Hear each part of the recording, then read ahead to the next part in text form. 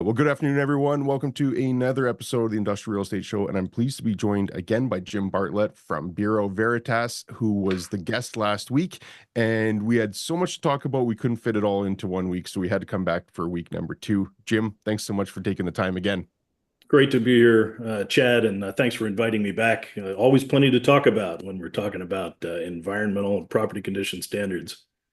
Yeah, and that's going to be the main topic today is talking about phase 2 environmental reports. But just even on the call that we had last week with mentioning the ASTM, I actually joined. I became a member. So on your great recommendation on the organization, I was enthusiastic to join. So I'm officially probably one of the newest members. It's only a week You old on my membership. you are, Chad. I've had a few join since. I get a little email every time somebody joins Subcommittee E5002, and we really love having you on board. And particularly, we classified you as a user because you are an investor. You're on the equity side. You advise other investors and owners about real estate, and we really appreciate it. It's great to have users involved. It's like that show, It's a Beautiful Life, where when a bell rings, an angel gets its wings. It's kind of like when a user joins, a producer out there gets an official vote because it has to be balanced. So there are never enough users. We love to have users on board. We love to have user perspectives in this process as we get feedback on standards. You talked about last week, every 8 years these standards are updated, where they're allowed to sunset and retire. And without the input and participation and contribution of a balanced group, the process doesn't work. So welcome aboard. I'll be looking forward to hearing your rationale for joining and continuing to participate as you get more exposed to the process. I think people will see why I joined as we go through this call. So I thought I had a pretty good idea on the environmental site assessment process. And when we were talking last week about a phase 1, how you broke it down was I've just never heard it described so well before. So when you're quoting all the references to the standards, to the ASTM, and I just thought as an owner myself, this is something that I just need to be aware of. I can't have a blind spot like this when there's a resource and it's $110. I think that's what membership is for the year. To have a membership of that price, it just seemed like an absolute no-brainer to me to have a resource like that where I can fill in any information gaps with having that resource. And I think as we're going through and you're going to describe phase 2s in more detail, I think they'll reinforce it even further. But for anyone out there, ASTM, standards organization, and perhaps even at the end, Jim, you can touch on a little bit more. I don't want to make Sure. this too much about ASTM because there's a lot to cover. But yes, I'm glad that we had the conversation. I'm glad you introduced me to it, and I'm looking forward to being a member. But phase 2s. So we talked phase 1s. Phase 1, perhaps it comes back and says further testing is recommended, and maybe there's even different language on that. What's a standard actually if the phase Yeah. one comes back recommending that there is testing? So, but yeah, we covered last week. The phase 1 is not required to have recommendations. So, a user may request recommendations. Really, what you're trying to do is identify RECs. So, RECs, remember last week, is a recognized environmental condition. And I'll just go ahead. I'll read the definition of a REC. So it's kind of like that's what you're looking for. You go out and you do a phase 1. You're looking for a REC. It's the presence of hazardous substances or petroleum products in, on, or at the subject property due to release to the environment, the likely presence of a hazardous substance or petroleum products in, on, or at the subject property due to a release or likely release to the environment. So it's either there or it's likely there, or the presence of hazardous substances or petroleum products in, on, or at the subject property under conditions that pose a material threat of a future release to the environment. So you're looking for there's a release, there's a likely release, or if you let that big crusty drum sit there with all that methyl ethyl F in it, that methyl ethyl death, we like to call that, that at some point that might leak and cause a problem. So if the process for that, the phase 1, when you go out there, we talked a lot about the phase 1, but if you see something that may be a REC, it's a REC, or there's a potential release or a possibility for a release. You want to look, what's your rationale behind calling that a REC? So you have to explain what your rationale is. And when it comes to phase 2s, it's going to say if greater certainty is needed, regarding this rec, or if you want to rule out that it is a rec, you want to prove that it's not a rec, yeah, you can do a phase 2 to get a more certainty. But the wording of that should not be that we recommend you go out and do a phase 2. Unless again the user has asked specifically for that wording. You're going to have the option to investigate, and there's an ASTM standard for that. That's the E1903 standard.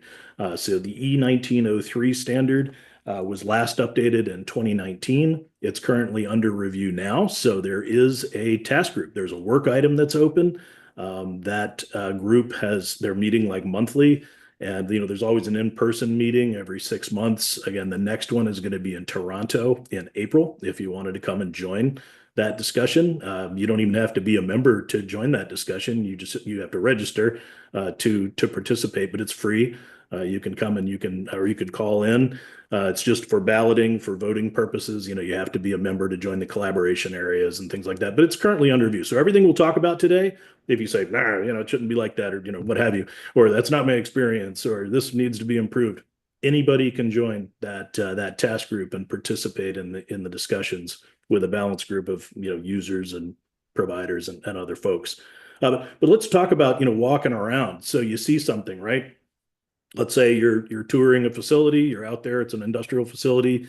Maybe they had some process areas or some storage tanks. Maybe they've got servicing, fueling areas for trucks. You want to look at what's out there. What are the current and former tenants? What have they done? So in that phase 1 is going to give you that historical research as well as the observation of what's currently out there. So what's going on. Look at the length of time that's been going on. How old is the property? Is it always, maybe you've got a shiny brand new building, but it was a bulk oil storage facility for 100 years before that. That could be a red flag. Those things should be covered in the phase 1. So what's the length of time that there was a potential for treatment, storage, disposal, use of chemicals? And so you want to address each of those areas. How was the chemical used? Where was it stored? How was it disposed of? How did it come and go? Is all that well documented? So how is the record keeping? Then of course you're going to do a regulatory database search, so you should be able to see, are there open cases? Did the place ever catch on fire and burn to the ground and released all kinds of toxic chemicals? And now you got a nice shiny new building out there. Was that all properly addressed and closed out? Are there any open cases? So you're trying to look for what you see with your eyes, what you can research that used to be there, and then what does the local regulatory authority feel about that property? What records do they have? Has the fire department ever been called in to oversee the removal of an underground storage tank? How well was that documented? So you're also going to do interviews. So if the guy said, "Oh yeah, there were some tanks out there, but we took those out back in 2000." So, "Oh, that's great. Let me see the documents for that." Wow, we didn't do that. We just took them out, and it's like, did you take any pictures? Did you take any samples? Did you get a permit? If you just try to quietly take care of something, you're going to expose yourself to issues when you go to sell or go to finance. When somebody does a phase 1, as soon as they uncover that data point, they're going to say, well, where's the beef? We need to close this out. Otherwise, you're going to end up with likely a phase 2 recommendation, or it's going to be a rec that you're going to have to address by doing some additional investigation. You look at the housekeeping too. Is the place a disaster? Or they've got puddles of oil and rags and stuff stored willy-nilly out there, drums. Do you have stressed vegetation? Are there, pits, ponds, lagoons, those kinds of things? You just, use your eyes and walk around. And, you also want to look at the adjacent property. So with the phase 1, you're always going to walk around, and, if the next door neighbors are terrible, they may have had releases that could be affecting your property, the subject property. So that could be a rec too. You're not trying to look at quote unquote recs on other sites. You're trying to look at things on other sites which may be causing a wreck. There is a release to your site. So those are all things that could end up causing a phase 2 recommendation. A question for you. So let's say there's a seller owns a property and there's a bunch of oil drums on there, and perhaps there's a lot of visual evidence that there could be concerns, as you mentioned. If the seller were to just go and remove all of that, and so he says, I know that there's going to be a buyer that comes in that wants to do a phase 1. I'm going to get ahead of this. And they just go and remove all the drums and they do a cleanup. Is that not essentially circumventing what a phase 1's trying to uncover? No, I would say if you're going to do that, that's diligent. You should always try to keep your site as squeaky clean as you can. The operations being buttoned up, that's a risk management position that you take as an operator, or making sure that your tenants are not, oh yeah, I got a 10-year lease. I'm going to come back in 9.5 years, and if the guy can't renew, then I'm going to try to find somebody else. And you find out, he's trashed the place. So, I mean, you need to keep an eye on your properties, and make sure that they're not in bad shape. But if you're in a situation, however it is that you came into that deal, there's some of these family office deals. This is, oh, well, it was granddad's place, and then it got passed on to the son, and then the next generation doesn't want to take it over, and maybe you got the back acres where you parked the old broken down vehicles, or whatever. You maybe got a little bit of junkiness going on. Yeah, clean it up. What's your business plan? What's your strategy? What I would recommend is that know what the regulatory climate is there. Do you need a permit to get rid of old tanks? Do you need a permit to dispose of these things? Get the permit. These local authorities, chances are you've already got a relationship with the building department or the fire marshal or the health department, whatever it is. If you're kind of a good corporate citizen, go through the motions and make sure it's documented, because what's going to happen when the phase 1 guy comes in, they're going to look at the records, and if they see aerial photographs from 5 years ago that show a huge scorched earth, dump site, over by the river, and it's on your property and it looks nice now, it's like, well, what happened to all that stuff? The question's going to come up. So because you're looking at the historical is going to look at 5-year increments, there are the big things you want to look for. You're going to look for aerial photographs, so historical aerials. You're going to look at topos so that you can determine, hey, if something over here happened, is it likely that it's going to go downhill to the river, or some sensitive receptor, or if there's an issue with an adjacent site, are you up gradient, down gradient, that kind of thing. And then you want to look at city directories. So who's been operating at the property? Maybe you got rid of the tenant who was Canadian Oil Americas or something, and now it's a packaging company who's like, wait a minute, just based on who used to be on the roster there, the city directories, those are red flags that you may have had a tenant that did all that stuff. So, you've got your historical aerials, you've got your topo maps, of course, you've got interviews, and then you're going to look at basically, if you're going to go out and clean it up, you may be able to dispose of those things. When you do dispose of it, you want to manifest that. So you want to document what you did. You're going to take pictures before and after. If you saw that there was affected soil, for example, your drums, you want to excavate until you don't see any more evidence of that. If you have an environmental consultant, maybe come out and take some shallow samples. You can use some field instruments to do some measurement right there at the site to see if like a PID, to see if you detect any a photoionization detector if you're nerdy.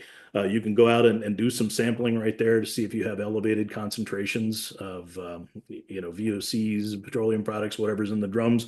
If you do, keep digging. Dig and chase, you call that. Remove the source, remove the potential source of that contamination. And if it looks like it was just a little bit of surface staining, maybe it wasn't there long, it's quite possible that the phase 1, the EP is going to determine that was a de minimis condition. But it's all about how well it's documented. And hey, it's not there anymore. Where'd it go? Well, I had a guy and he came. And so if you're not sure what happened to it after that, you may have actually created another problem if there's liability with how you disposed of that. So you want to document that you took care of it. Again, take pictures, manifest, chain of custody, backfill with clean soil, demonstrate, where the clean soil came from, who did it. Everybody signs off, and then you've kind of put a bow around it. So that's what I recommend.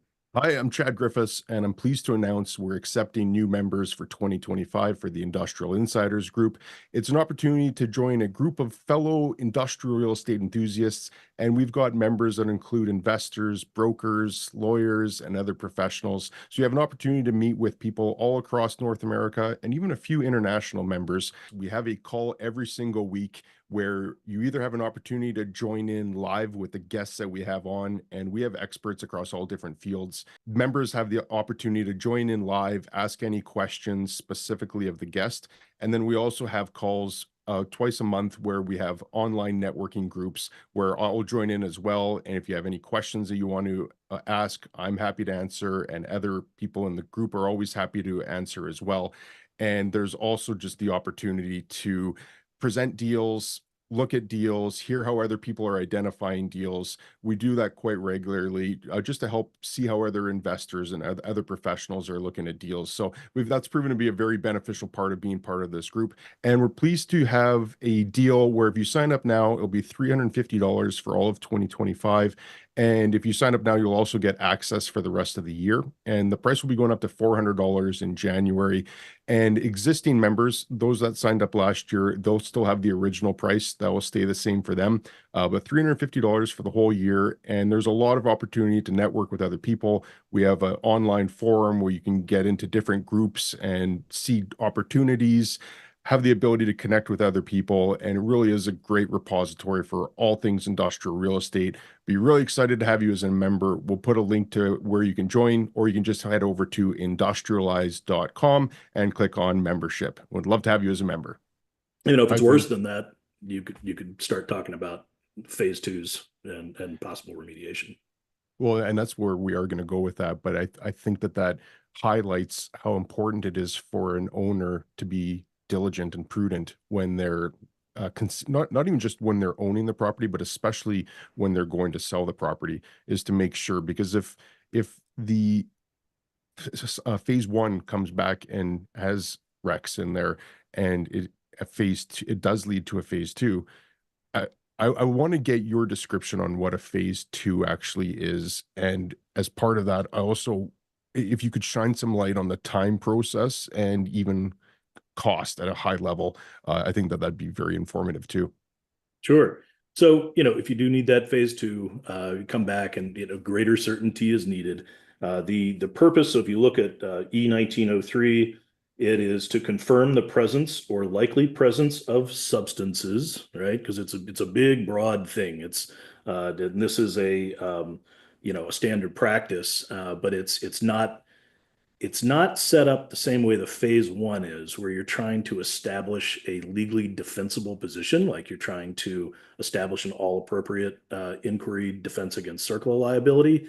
It's more about how to use the scientific method to characterize the current site conditions in an objective, representative, reproducible, and defensible manner. So it's all about scientifically documenting this investigation. And so these substances, they're going to be called target analytes, right? Things that you're looking for that you want to analyze. So, how do you get there? With determining what those target analytes are, it's kind of a common sense deal. You're going to look at all of the available data. So you always want to do a phase one first. People call and say, I got a site, it's dirty. I need to do a phase two. It's like, okay, can you be a little more specific? What are you looking for? What was going on out there? You need all of that information that we just talked about. What's the concern? What's the problem? You're not just like trying to be a good world citizen and go out there and poke holes in the ground and go on a fishing expedition for contamination. You're probably going to find something. So you want to be very specific, and that's why the phase two standard E1903 goes into a lot of detail about setting the objective. What are we looking for here? You're going to an EP, it should be an environmental professional, somebody who understands, how releases happen, and then what happens after a release happens, and how do they migrate, and all of that. And you need everything that's in the phase one. So there are some cases where you could do, we call it, like a concurrent phase 1 and phase 2. Maybe you have a previous phase 2 and it was, kind of crappy, and, it was very lopsided, and you can tell they were just trying to gloss over an issue. And you're like, I know we're going to have to take care of this tank issue. But if you're relying on a crappy old phase 1, then they may have missed stuff, So there could be this wreck that you're worried about, but there could be three other wrecks that they missed because they didn't do it well, So a lot of times, you're going to jump the gun, but it all depends on what your objective is. So the user, the person ordering the phase 2, and the EP need to talk about, what's the goal of this thing? What are we trying to find out? And so the EP wants to know, what is it? What are we looking for? What's our target analyte, right? Where did it come from? Why do we think that it may have impacted the site? Goes back to what's the source of the wreck? And there, when you get into the source, it's easy if you say, well, we had some, a dry cleaner there, or let's say, so we're talking industrial. So let's say there was a parts cleaning area where you use some chlorinated solvents. So over here is where you kept the drums of chlorinated stuff, and then like you had a sink, and you washed the parts there, and you did that for 30 years, and it was all in this one little area, and there's a room, and you can see the old fire insurance maps, which is one of the other key things that you want to look at. Historical, you're always looking for the old fire insurance maps, like Sanborn's, and they'll tell you right there, because in order to get the insurance, you had to put things on there that were potentially toxic, flammable, what have you. And it would say parts cleaning area, solvent tank, dry cleaning equipment, whatever it is. If it's like maybe a textile plant, you're going to have dry cleaning stuff in there. So using PCE. So, if you can nail down that, yes, there was a source and the source is gone. So as an EP, we know that we want to determine, this wreck that was caused by this potential chlorinated solvent use. We want to nail that area. So, and then we need to know, like, well, what that particular source.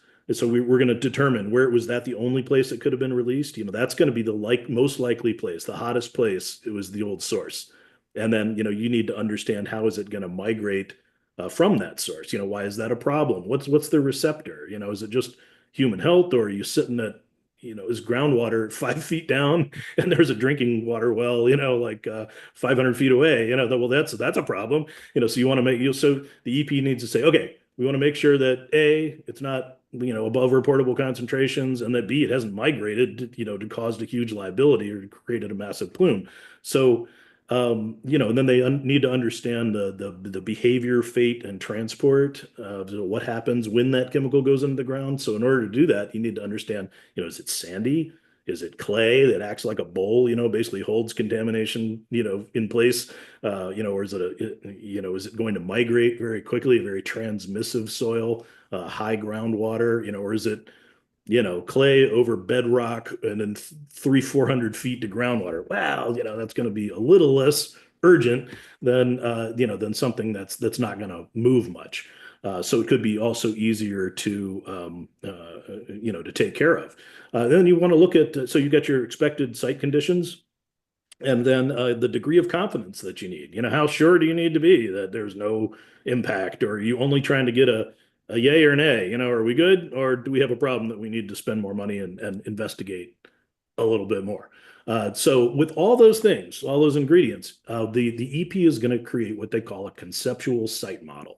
So the conceptual site model is really important, and E1903 goes into a lot of detail about developing that conceptual site model and then overlaying that conceptual site model with the, as it relates to the scope, which is determined by the user's objective, right? So back to, are you just trying to save the planet and you've got all kinds of extra money and you want to make sure you can eat the dirt out there? Chances are no. You've got one of 6 objectives, and the standard goes into that. The first one is really important. Remember last week we were talking about establishing a landowner liability protection against CERCLA liability. So here in the States, CERCLA, that is the Superfund Act, and that is looking for specific hazardous materials. It doesn't include petroleum, by the way. So that's why ASTM E1527 says hazardous materials and petroleum products. But let's say you just fall into that first category. You're only worried about CERCLA chemicals. So, back to our ethyl methyl death or PCE chlorinated solvents back to our dry cleaner situation, yeah, that's going to be an issue. So if you need to establish one of those landowner liability protections, say you already own it, you're trying to establish the innocent landowner defense. If you're a bona fide prospective purchaser, there's a defense for that. Or if you're a contiguous property owner and you're trying to prove, hey, my site is impacted, by your site. So those three things, if you're trying to work with your attorney to establish an LLP, that's the first one. The second is to identify, define, or implement, if you're a landowner, the continuing obligations. So you know that there was a release, but now you're trying to figure out, okay, what do I need to do about it? Maybe you reported it, you're in some kind of a voluntary cleanup program or something. Well, they want to have additional information about that plume to decide, do you just need to monitor that? We'll do some kind of a risk-based monitoring and corrective action where we need to know about it, but we're not that worried about it. Or, what is your continuing obligation based on the levels in the soil? Maybe you can't dig, you can't redevelop without permission or further testing or some. So there's that whole thing about continuing obligations. You might also be trying to qualify. So number three would be qualifying for a brownfields grant. That's the brownfields with the capital B. If you're trying to get a grant from the federal government in the US to go and redevelop an impacted property, yeah, they're going to need to get a pretty good feel for what's going on out there, characterizing the site. And this standard can be used for that, the phase 2. And then the fourth one is to define and evaluate substances where you're looking at what is the risk to human health, the environment, real receptors, because I'm worried about tort liability. So I'm afraid somebody's going to sue me. Maybe somebody's saber rattling and they're threatening me. It's an adjacent property owner. They said, you know what? We did a financing and we've got stuff on our property and we think you did it. Well, maybe you want to go out there and investigate your own site. So you're worried about liability. So you would go out and do that. The fifth one is to evaluate BERs. We talked about this a little bit last week. There are RECs.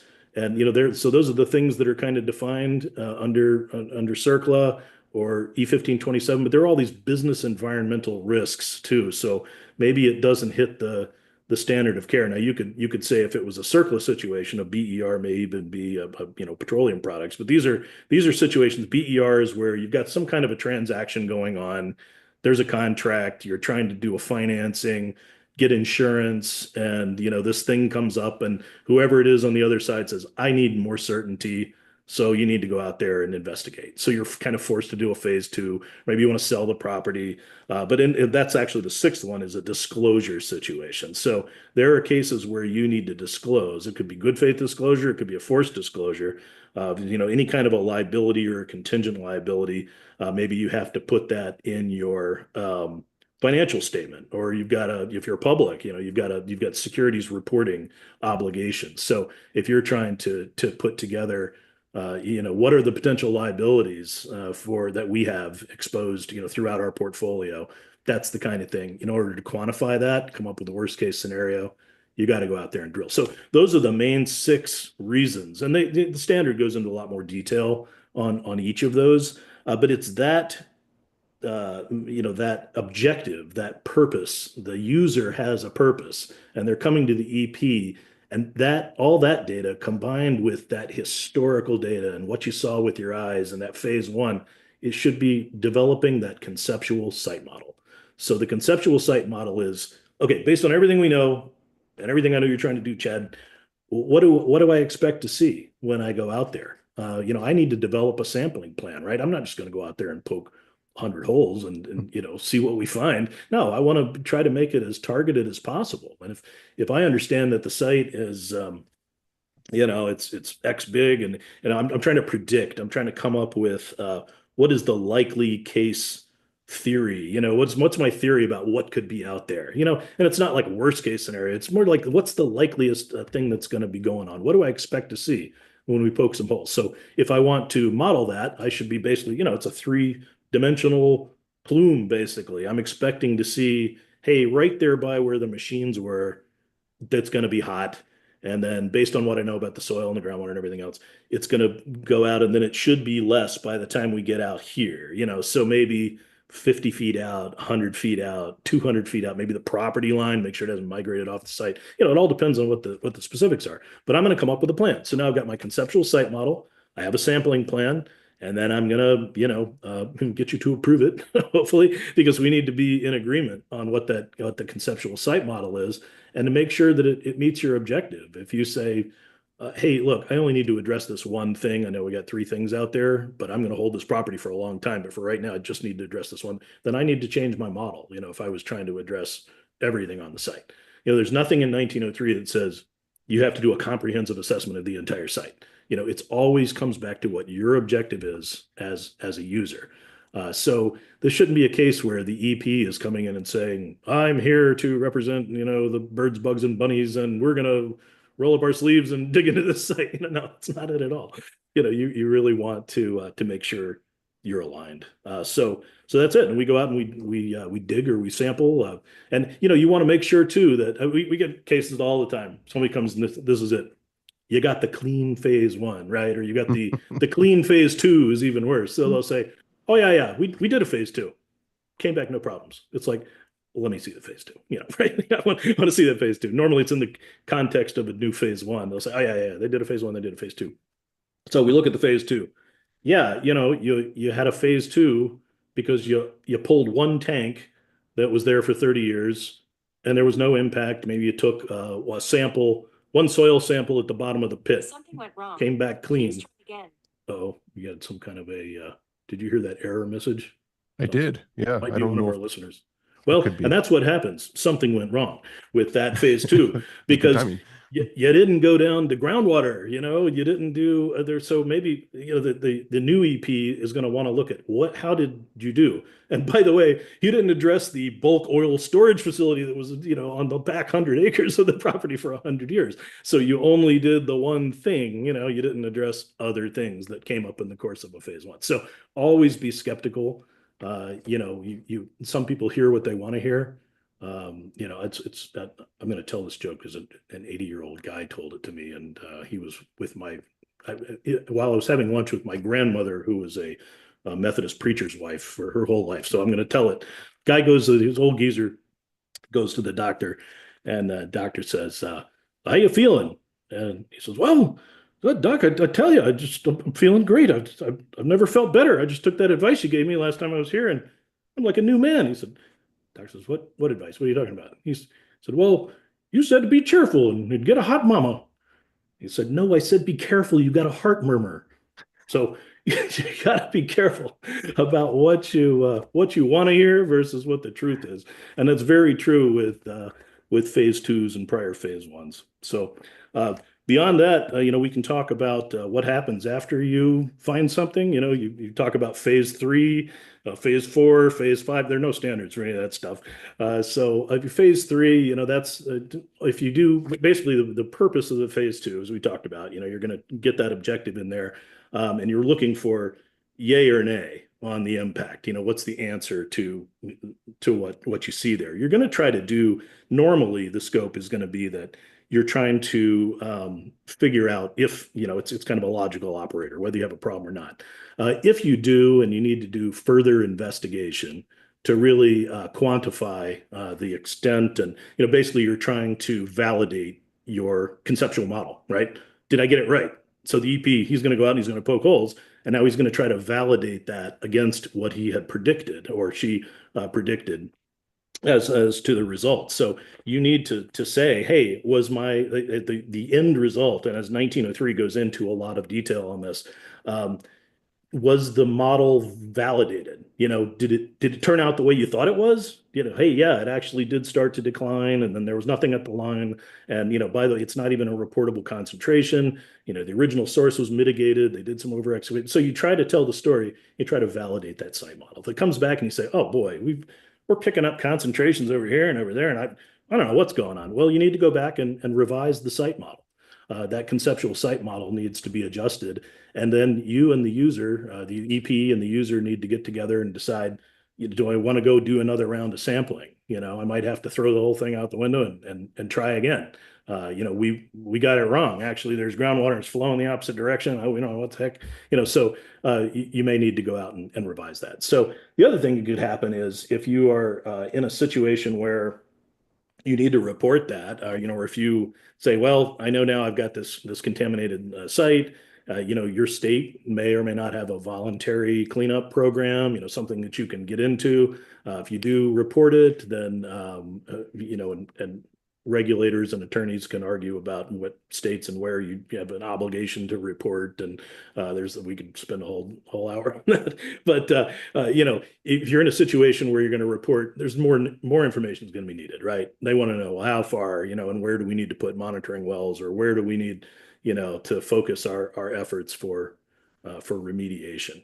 And if you want, we can talk a little bit about what happens. There's basically two big buckets of chemicals out there that you're going to run into. You've got your L-naples and your D-naples. Do we want to get that crunchy and nerdy for? I do. Oh, But before we go there, okay, yeah. I really want to dive into this because I think like this just would have been something I completely ignored prior to hearing this. So I do actually want to hear more about it. But before we jump into it, there were a couple of questions that came in, and then I also just want to ask a question which might not have an answer, but I'm going to ask it anyways. But first, I want to get to Darren. As a buyer, if you think that the phase 1 will flag, would you just escalate to a phase 2? I think you kind of touched on this about perhaps just running them concurrently. Is that what you'd say if it was a buyer that thought that there was? Would you just run and do both of them simultaneously? So I would, if I were working for the buyer, if you hired me to do a phase 1, or let's say you're a buyer and you're reviewing a good faith disclosure, I encourage people, if you're selling, if you think your property's clean, and or you did a phase 1 way back when, and it turns out, yeah, that consultant, he's not around anymore for some reason. That if you have a shaky due diligence, or it's been a while, and you remember that a phase 1 is only good for 180 days. So you're looking for current information. Things could have changed. Leaks could have happened. Things could have been reported. Your neighbor may have, been involved in a huge incident or something, or release that's happened in the last couple of years. So don't just think in the back of your head, oh yeah, I got this. I know this guy. It's a good deal. We got a handshake. If you're trying to establish, one of these landowner liability protections, as a bona fide prospective purchaser, it makes sense, for you to come in and do a phase 1. If there's a red flag in that phase 1, or if the seller has had a phase 1 prepared as good faith disclosure, and they're basically saying, look, here's the offering memorandum, here's a phase 1. Our consultant is, and your consultant should be willing to transfer that to the subsequent party or their lender. You may need to fill out a new user questionnaire to make sure that there isn't anything about the property, any actual knowledge that you have about that site being contaminated. That you're trying to get a better price on it or something because it's contaminated. So you'll need to meet the user requirements, but you can rely, if it's within that 180 days, on a previously prepared phase 1 for your transaction. Your EP can help you sort out how that works. But basically, if you see a red flag, and you want greater confidence, it's really about how you're underwriting it. A lot of industrial sites now, they're figuring out other ways to get comfortable with it. Hey, I want to see more equity.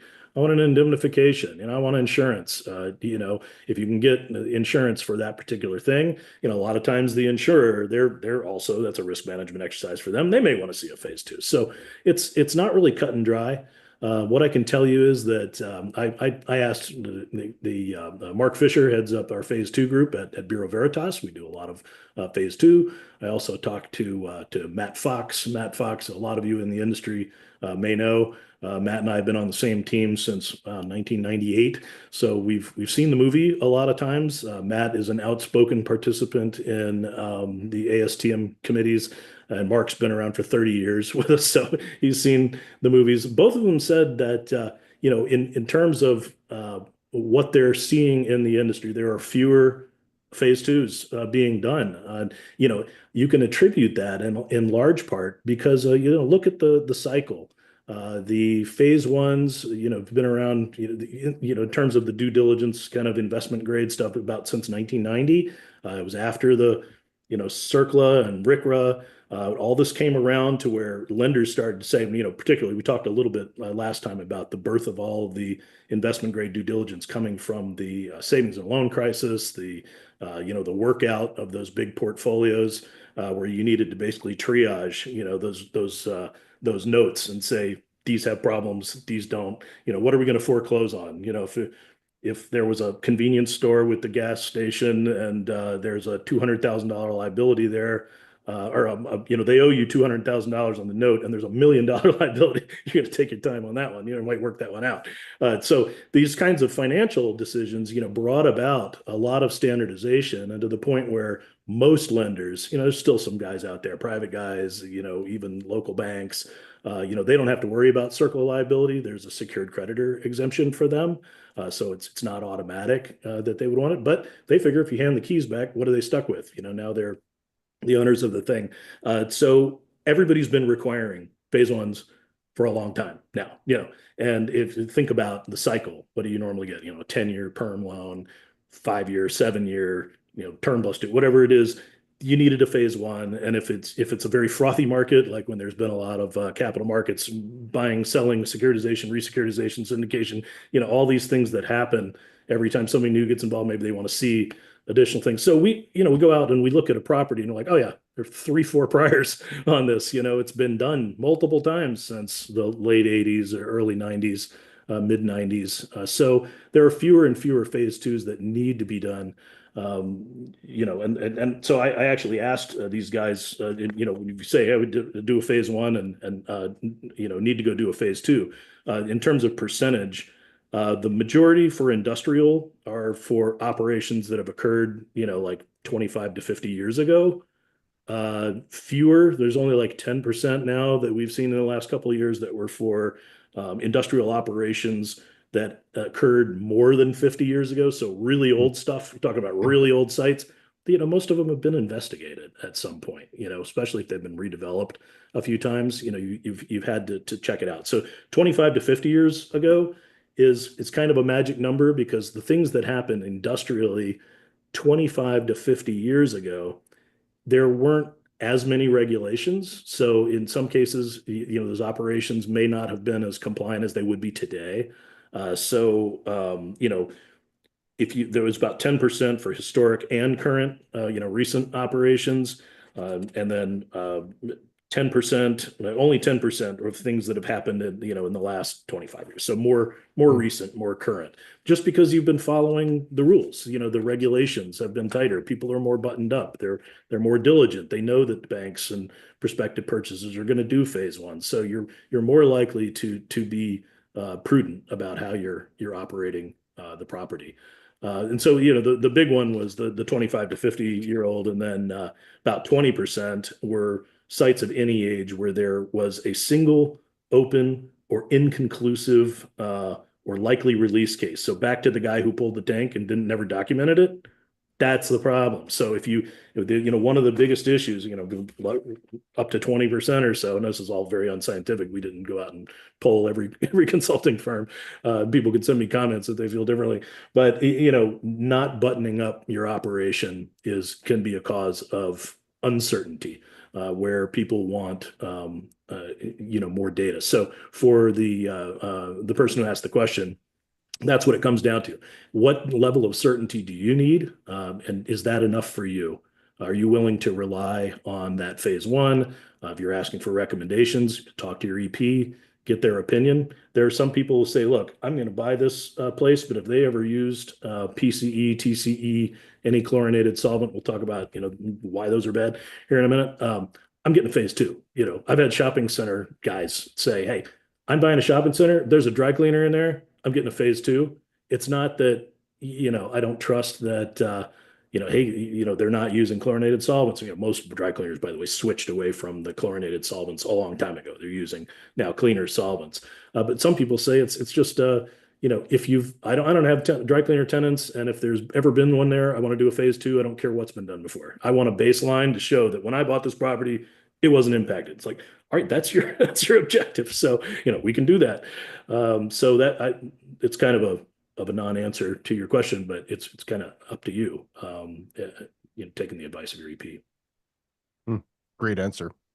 Vish had a question as well. Doing phase 1-2 study, how much of an impact will it have on lending? So again, back to the lender, we work with a lot of lenders, and I would say if you are working with a conservative life company lender who is going to hold that on their books forever, until maturity, That's going to be a lot different than if you are dealing with, you're getting your money from loosedandfast.com, in and out, mortgage dude kind of thing, where his exposure is about 30 days till he sells that note to somebody else. He may not care as much. If it's the guy that, down at the local credit union you've been with your whole life and he's seen you all along and he trusts you and your credit is good and your handshake is good, they may not require it. Now, then it could be on you if you're doing that deal. How buttoned up are you? If you're buying the property, you better be doing a phase 1. But whether or not your lender is going to rely on it, it's up to their underwriting. It runs the spectrum of conservative to less conservative. If it's going to be a commercial mortgage-backed securities deal, a syndicated deal where there are going to be multiple lenders, yeah, of course, you're going to do a phase 1 because that's the bottom line. That's what they expect to see. And, they expect a certain level of professional liability with the EP. So you can't just get Joe Sixpack or, two guys in a truck to go out there and bang you out of phase 1. They're not going to accept it. You're going to have to get a legitimate or, a vendor that's accepted by them, a third party that's been vetted, et cetera. That's a great point because I've noticed that anecdotally as well, is that there are a lot of companies that will do a phase 1. There's one in our market that's notorious for doing the quickest phase 1s. I don't even think he knows how to spell phase 2. He's never met a phase 1 that he doesn't like. Yeah. And a lot of people just won't use them if they actually want to have a specific level of standard. And also he's, because of his practice of always just giving phase 1s that don't have any recs or don't, they're very clear on what they are. A lot of lenders haven't approved him, or they've taken them off their approved supplier list or their Right. vendor list. So I think that is a really good point. If you are getting an environmental site assessment done, is to make sure that the company that's doing it is not only doing it in accordance with what you're suggesting, but they're also on that approved list if your lender is going to require one. I think that's a really good Yeah. point. Well, and there's some red flags. Hey, when you're looking at the proposal from that guy, if he says that he's gonna, yeah, I know the ASTM standard, we're gonna follow that 152705 standard. I've been doing this for 30 years. It's like, bro, you've missed a few updates. If you're concerned about whether or not your EP understands E152721, you can have ask for an ASTM certified environmental professional. That program just dropped this month. So if you want your EP to have to go and take a class and take a hard test and prove that they understand the current standard, ask for a certified EP. They don't have to be a certified EP. You can if you know them, you know that they're approved. You see their work. It's completely optional, but that is out there now. One of the issues with EPs is EP designations defined in the standard. There are 3 different categories that can qualify you to be an EP. And we won't dive in too far into that, but it's kind of self-declared, right? So you can say, "Oh yeah, I'm an EP," and I've seen people with stamps and looks like a PE stamp, and it's it's all nonsense, But you can actually be certified by ASTM now if you want to go that route. Do we have other questions? Well, I had a question, this is the one that I think is probably going to be really hard to answer because I'm sure it varies according to the map that you develop and the area that you're in. But have you seen any type of consistency or standard on what it costs to do a phase 2 properly with doing the boreholes? And then also, I think it's important for people that haven't gone through a route of doing a phase 2 of just understanding how long that process can take. So if there's any high level numbers you can share, just so people would have a rough idea on what it could cost, and then the timelines involved. Yeah, so I'm going to answer like a politician. I'm going to tell you it costs more now. So what do I mean by that? When I went back and I pulled, again, Mark Fisher and Matt Fox, 2 of the brightest names in the business. Mark said, look, what he's seen is that costs have significantly increased since COVID. And there's a couple of things that happened. One, all the drilling supplies have gotten really expensive. So inflation is a real thing when it comes to this specialized drilling, sampling equipment and everything associated with that. And then the actual guys that go out there with the yellow iron, you're not going to meet an EP that's got drill rigs. Everybody hires drillers. So if you're out there in, Saskatchewan or whatever, you're out there with in the woods with the bears, and you need to do a phase 2. It's going to be really expensive. There's probably only one guy that's going to go out there. It's name your price. So it all depends on where you are. But drilling has gotten more expensive. And when COVID hit, a lot of these guys, I mean, everything was shut down for a while. They went and they got other jobs. So a lot of drillers left the business. And that is a highly specialized thing. You can't grab a guy off the street and teach him to be a driller just because of changing market conditions. You have to be a driller's helper for a long time. It's like an apprenticeship thing. And just a lot of them left the industry. So you get these companies, they're like, yeah, we got drill rigs, but nobody knows how to use them.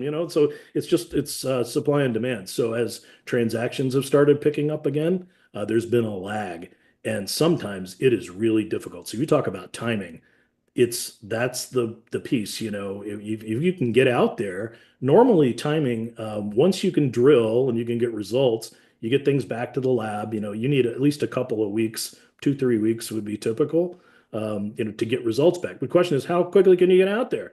You may have to, the permitting process. Some of these, if you've worked with any municipal agency, since COVID, I mean, like the same thing happened. It takes so much longer to get a response, and you're waiting and you're waiting. So there are a lot of things that are outside of your control, and just beating your guy up. Now you could take and say, okay, I got your price, looks fine. We need it faster. I need these samples back. You can usually get samples back up to a week sooner.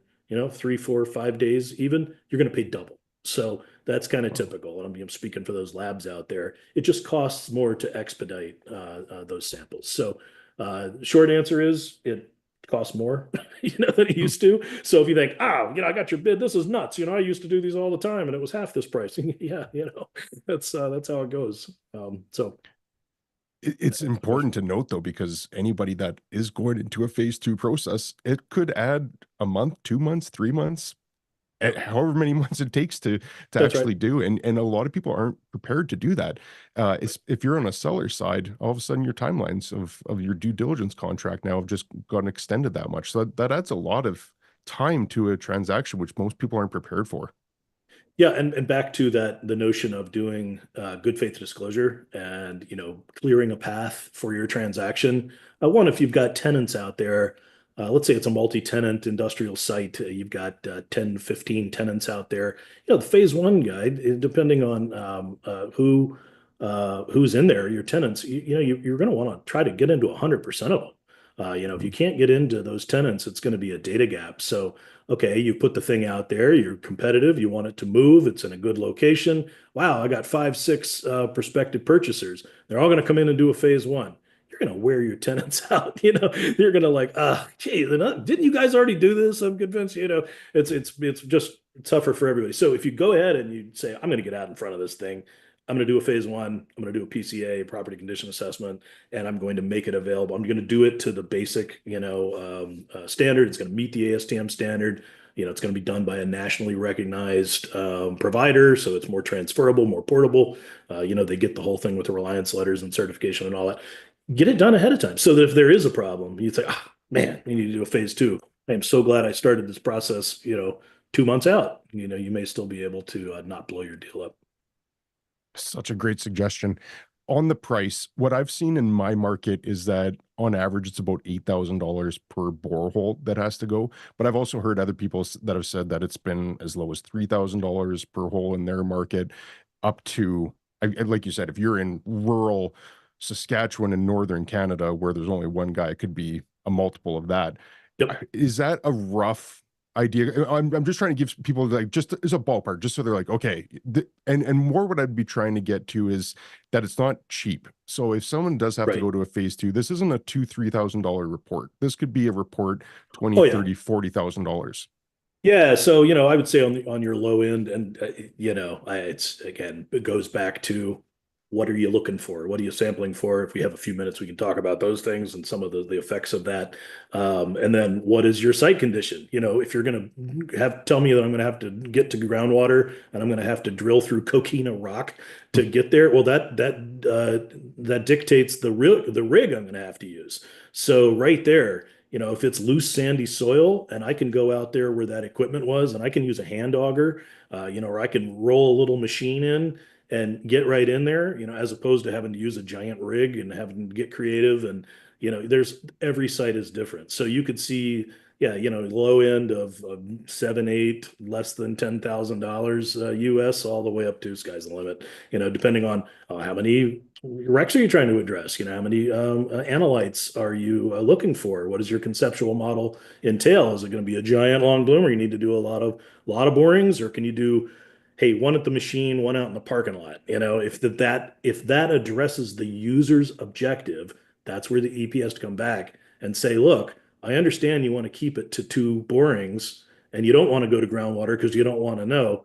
I can't sign off on that because that doesn't fit the objective that you have. So I can't develop a conceptual site model, based on that. And I Great. see Yeah. a question here, Chad. Do you have any companies you can refer? Okay, so I'm not going to refer any companies other than Bureau Veritas, of course. You can call us. We work all over the country, and we also have partners up in Canada. So if you have any questions about this, I mean that's one of my main takeaways.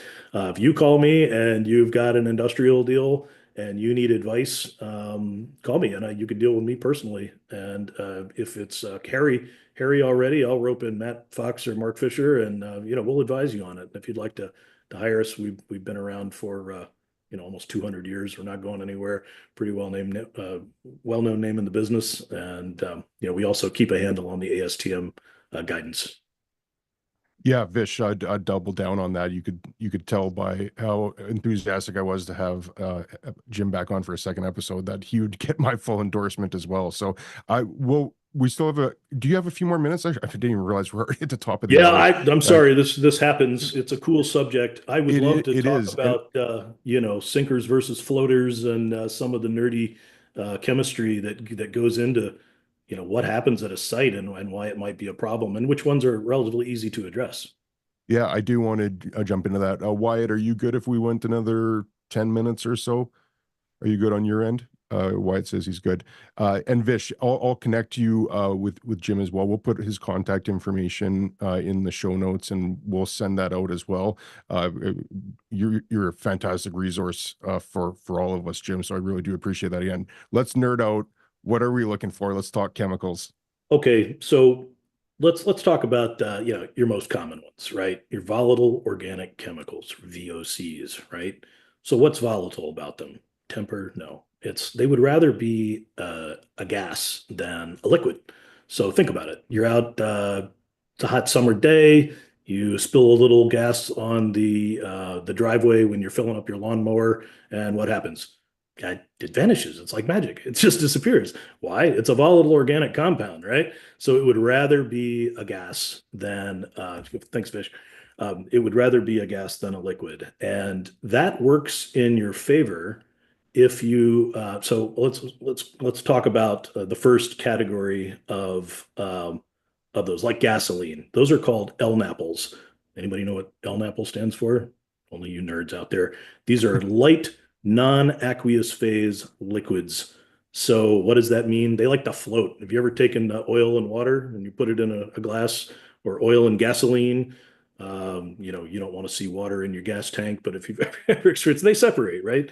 So these light non-aqueous phase, so they don't, they're not going to immediately dissolve with the water. They're going to contaminate the water, but it's not all going to become one new liquid. They're going to separate, they're going to float, right?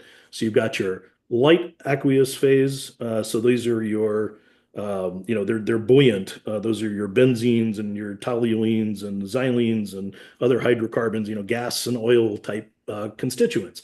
And they're all hydrocarbons, so they're naturally occurring. I mean, I think we pull them out of the ground, we refine them, we split them into things. So if they release into the ground, you got to release. They're going to percolate down through the soil, and depending on the type of soil, if it's really sandy soil or it's really peaty and loose, it's got a lot of porousness in it. It's going to go ahead and it's going to create kind of a plume there. When it hits groundwater, let's assume our site has groundwater at 10 feet. As soon as it hits the groundwater, it's going to go, oh, water. I like to float on this, So it's going to perch right there. You're going to get kind of this plume is going to go down. So it's going to be contained between the source and the groundwater table, and it's going to tend to float. And they call this, there's the capillary fringe there. The vadose zone is the soil. And so, yeah, you got some contamination in the vadose zone, right at the source. It's going to be the hottest. And then over time, it's going to sort of migrate down. And then you get a plume. So if I'm creating my conceptual site model, I'm going to say, okay, it was gas. We're pretty sure, we know what was in the tank, and that this is, so we have a pretty good handle on how that behaves. We have a pretty good handle on what the soil is. And so it's going to perch right there. Now, if I say, I want to take care of this, right? First thing, I'm going to remove the source, get rid of the leaking tank. Okay. I'm going to dig, I'm going to chase, I'm going to over excavate them, but if I've got to get down to where that plume is, I can do the old pump and treat. Have you ever done a pump and treat before on a site? So you're going to pump the water out. You go down to you try to determine where the capillary fringe is. And let's say you got some slotted PVC pipe there. You're going to try to draw in, create a down, create where the pipes are able to suck in the contaminated groundwater. And then you just pump it out of there. Well, after you pump it out of there, remember, it would rather be a vapor than a liquid. So you can there's a lot of classic technology, from starting with the late 80s. When I got into this business in the early 90s, we were doing a lot of pump and treat, packed column, air strippers, where you shoot the water in the top of the tower and it goes down over a bunch of little plastic like balls that break it up, create more surface area. And then you have a blower at the bottom, blows the air up, and then you're exposing it basically to air, and it strips out the hydrocarbons and they go out the top of the stack, and then the cleaner water, goes back down. And you can either then run it through carbon, adsorption, which is, there's a whole other principle. Carbon sucks in and holds contaminants, or you could put it back in the ground, lather, rinse, repeat, cycle slowly cleaning it up. You'd also do free product recovery. So if there was actual free product there, it's not free like, hey, it's free. It's like it's free product, meaning it's like liquid. You actually have gasoline right there. You would want to pump that out, bail that out of there and deal with that as a hazardous waste disposal thing. But then, that which remains, which is treatable, you would treat. Now, in the soil, it works the same way. There are a lot of different ways to treat water. There are a lot of cool new ways to do that. But with the soil, recovering from the vadose zone, same thing. You can put slotted PVC pipe through the soil, assuming you have, they're going to model and get the most, how much transmissivity, how much air can we move through the soil if we basically lay in PVC pipe that's slotted. I'm going to oversimplify. And then we're going to put a blower on the other end. So we're going to create a vacuum in that piping system. And that vapor extraction is going to happen. So we're going to do a vapor extraction system where we're drawing air in from the surrounding soil, the clean soil. And as it gets exposed to the volatile organic chemicals in the soil, they're like, hey, woo, oxygen, air, and they're going to turn into vapor, and they're going to go right out the pipe. So now you have hot vapors, hot meaning chemically saturated vapors coming out, and then you can run them through carbon or filtration if it's if it's a low concentration. Otherwise, you're smoking your carbon really fast. You could run it through a thermal oxidizer, which basically is an incinerator chamber that heats it up to 1800 degrees or whatever, and then zaps it, and it burns in there, and so you get carbon dioxide going out the stack and clean, right? Because it's just the carbon. That's a hydrocarbon. Here's where it gets tricky. So you can do vapor extraction. You can, by the way, if you just leave it alone, let's say you have the right conditions. We talk about risk-based corrective action. The source is removed. There's a little bit left in the ground. Do I panic? Do I cash out my 401k to try to clean up the site? Maybe not. It might not be that urgent. If there's no real risk to human health or the environment or a potentially sensitive receptor, there's no groundwater well, there's no, there's no rush. Nature takes its course. There's natural aerobic and anaerobic bacteria in the soil, and given sufficient oxygen, let's say you have 16% oxygen in the soil, in the vadose zone, and it's porous, it's just going to naturally bioattenuate over time. These petroleum hydrocarbons are going to break down into, basic carbon dioxide, water, just the bugs eat the stuff. And, and there are cases where you could inject bugs. There are magic bugs, there's a whole field for, bioremediation, and you can enhance the oxygen levels with various things. You can sparge, you can put in ozone. I mean, there's all kinds of wacky, just put in current remediation technology. You'll get all kinds of things. But where it gets complicated is when you have Dean apples, and Dean apples are the evil ones. Those are the dense, non-aqueous phase liquids. So what happens to them? They're dense. They're heavier than water. This is a problem. These are your sinkers. So you got your floaters. That's kind of like, it's not, don't worry, be happy, but it's not as bad as if you start throwing some chlorine atoms in there. And why is that a problem? So the Dean apples, these are your polyaromatic hydrocarbons, so your PAHs, dioxanes, PCE, TCE, vinyl chloride, things that are tough because now it doesn't just break down happily into carbon dioxide and water. You got a chlorine atom in there or some other nasty things that break down. You got to chase that chlorine atom around. So let's say we pumped and we treated, we went ahead and we drove, it's gonna sink and it's going to keep sinking. It's going to hit the water table. It's going to contaminate that, and it's going to keep going until it hits something it can't go through, right? Like bedrock, or it's a perched clay lens or something. They start getting really complicated, and maybe it like accumulates here and then it drops down into the next crack, and so they get really tough. And they're also very persistent, and they're very toxic. So they're cancer causing. So that's why dry cleaners with PCE and all that, it's more of a red flag. And you'll tend to see more phase 2 recommendations these days if it's around chlorinated solvents, just because they're a little nastier. They tend to be more persistent. They tend to raise more of a red flag. One eyedropper of PCE can contaminate a 30,000 gallon pool of water. So, these are tiny little amounts can cause a huge impact. And, they're detectable. And, if you've got them, you got to disclose it. And like, oh, no, it's a contaminated site. And so it just causes you all kinds of problems. If you pump and treat, let's say we're pulling it out of the soil and I run it through that oxidizer, I can't just now I've got a chlorinated solvent. I have to scrub out the chlorine in a catalytic converter, basically. So you got to, instead of just being thermal, it's thermal and catalytic. You got to trap that chlorine, and uses up the catalyst. You have to scrub that. Then that creates a problem, and then you get a salt. And you got to deal with that. So without getting too nerdy, it's more expensive. It takes longer, and it's just everything about it is more of a hassle. So those Dean apples, your sinkers. The other problem is if you just leave them alone, they don't just take care of themselves. They get nastier and nastier. They break down into more wicked compounds. So a lot of times you're doing a phase 2, and you're not only looking for, hey, what was in the tank, but hey, what was in the tank? Then what would it be now if it started getting released 50 years ago? And if we find that, aha, now we have a signature for the site. We can look at how it breaks down. So what other constituents, does it become? And if there's a signature for that, then that tells your EP a lot about their conceptual model. So I'm going to try to avoid Dean apples at any point. I've never even heard that term before, but Ellen apples and Dean apples. Yeah. And by the way, if you want to get really nerd out on that, you're already a member of E50. Within E5004, there are all kinds of, if you get into cleaning up of L apples and D apples and fate and transport models, there are all kinds of standards. They're a prolific group because of the liability, because of the need for science to come in and address these issues. These are huge concerns, when it comes to, big E environmental concerns, L apples, D apple, fate transport, particularly the Dean apples. There's a lot of great technology out there, a lot of great science, a lot of smart guys who can help you with those situations. But that's just the basics for today.